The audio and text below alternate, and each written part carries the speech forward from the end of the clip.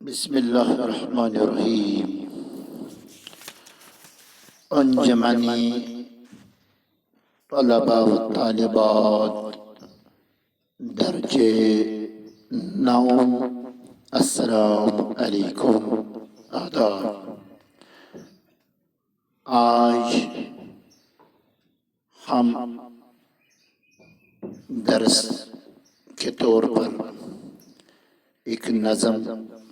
بزم انجم جو کہ ڈاکٹر سر محمد اقبال کی ایک مشہور نظم شامل نصاب ہے، آئیے اس نظم کے چند اشعار اور اس کا افہام سمجھنے کی سعادت حاصل کریں۔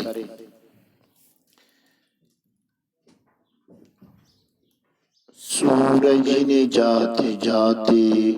شام سیاہ قبا کو تشتے افق سے لے کر لالے کے پھول مارے، پہنا دیا شفق نے سونے کا سارا زیور، قدرت نے اپنے گہنے چاندی کے سب اتارے۔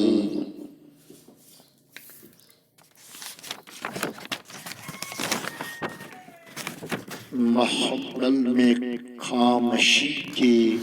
لائے لائے ظلمت آئے، چمکے عرش شب کے وہ موتی پیارے پیارے، وہ دور رہنے والے ہنگامے جہاں سے کہتا ہے جن کو انسان اپنی زبان میں تارے۔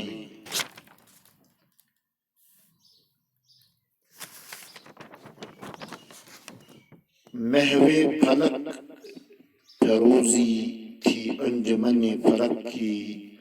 عرش بری سے آئی آواز ایک ملک کی۔ اے شب کے پاسبانوں، اے آسماں کے تاروں، تابند قوم ساری گردونشی تمہاری۔ چھیڑو سرود ایسا جاگ اٹھے سونے والے، رہبر ہے قافلوں کی تابع جبیں تمہاری۔ شاعر مشرق اس نظم میں یوں مرقوم ہے کہ سورج جب غروب ہونے ہی کو ہوتا ہے اور آسمان پر رات چھا جانے والی ہوتی ہے، اس وقت جو افق یعنی آسمان اور زمین کے درمیان جو چوٹیاں ہوتی ہیں، ان چوٹیوں پر سورج کی کرنیں ایسی دکھائی دیتی ہیں جیسے کہ دلہن کو گہنے لگے ہوئے ہیں۔ تو اس طرح یہ سنہری پھولوں کی برمار جو افق پر چھا جاتی ہے، ایک عجیب اور خوبصورت منظر پیش کیا جاتا ہے۔ تو اس شعر میں یہ منظر نگاری سمجھانے کے لیے مثال یا تشبیہ سے کام لیا ہے۔ کہتا ہے کہ پہنا دیا شفق نے سونے کا سارا زیور، قدرت نے اپنے گہنے چاندی کے سب اتارے۔ جیسے قدرت نے چاندی کے زیورات آسمان سے زمین پر اتارے اور وہ ان چوٹیوں پر لگا دیے، اور یہ سنہری رنگ ان چوٹیوں پر ایسا منظر پیش کرتا ہے کہ سمجھنے والے یعنی تصور میں یہ تصویر لینے والے اس سے ایک ایسا منظر اپنی آنکھوں میں کھینچ لیتے ہیں، اور پھر عالمی آفاق میں ان مناظر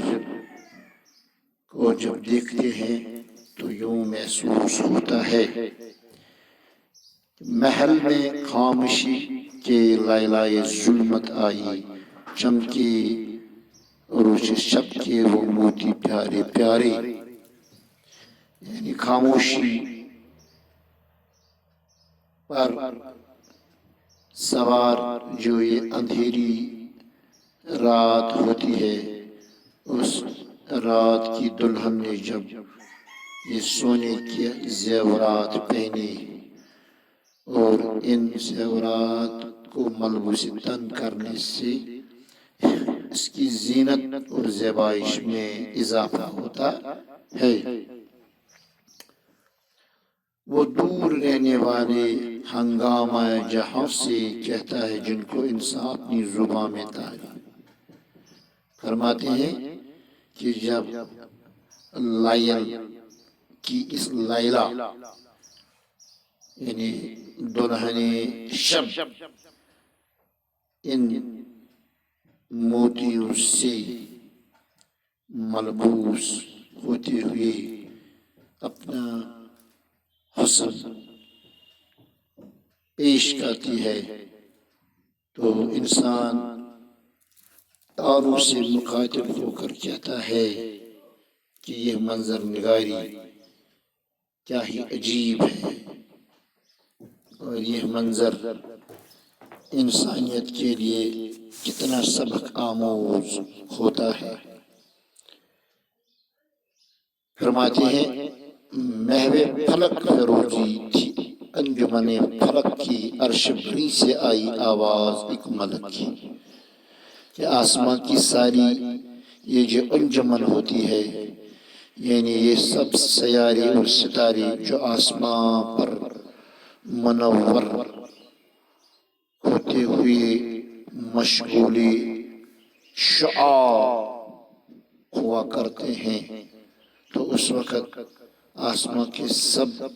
اونچے طبقے میں جو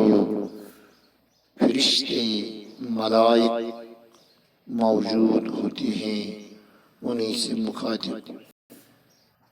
ہوتے ہوئے فرماتے ہیں کہ عرش بری سے آئی آواز ملک کی، وہ آواز وہ صدا کیا ہوتی ہے؟ فرماتے ہیں اے شب کے پاسبانوں، اے آسماں کے تاروں، تابند قوم ساری گردوں نشی تمہاری۔ علامہ یوں رقم تراز ہے کہ فرشتے کی صدائیں جو تاروں سیاروں سے مخاطب ہوتی ہوئی فرماتے ہیں کہ رات کے علم حافظوں سے اے آسمان کے تاروں، یعنی آسمان پر چمک دمک رکھنے والے اے مخلوق خدا، تمہاری قوم جو آسمان میں بسی ہے وہ تابناک اور درخشاں ہے، یعنی تم اپنے کام میں مشغول ہیں اور تم اپنی دنیا کو روشن اور تابناک بناتے ہیں۔ ذرا توجہ کرو کہ چھیڑو سرود ایسا جاگ اٹھے سونے والی، رہبر ہے قافلوں کی تابع جبیں تمہاری. یعنی عرش برین پر بسنے والی مخلوقات کے لیے آپ کی حیثیت ان رہبروں کی سی ہے جو انہیں تاریکیوں میں راہ دکھاتی ہیں. تو ان تاریکیوں میں راہ دکھانے والی تم فرش برین پر بسنے والی انسانیت کے رہبر ہو. ان کا مقدر تعمیر کرانے میں تمہیں اپنا رول ادا کرنا ہے کہ ایسا نغمہ یا گیت ذرا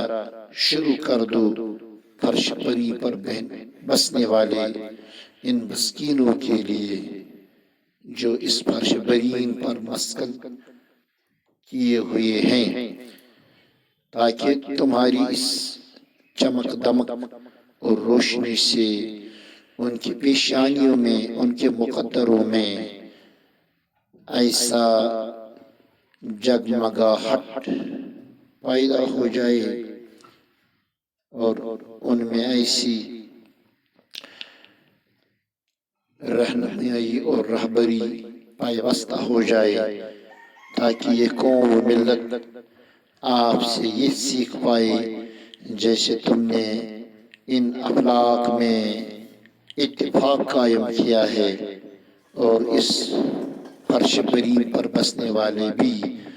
آپ سے یہ سبق لے کہ آپس میں اتفاق اور اتحاد قائم کریں تاکہ دنیا کے مسائل میں وہ ایک دوسرے سے منسلک ہو کر ان کا حل اور ازالہ کر سکیں. تو یہ عالم آفاق میں جو اتفاق قائم و دائم ہے، اس اتفاق کو اپنے لیے مثال اور ماڈل سمجھ لیں اور اس سیارہ ارض پر بھی اتفاق و اتحاد قائم ہو سکے.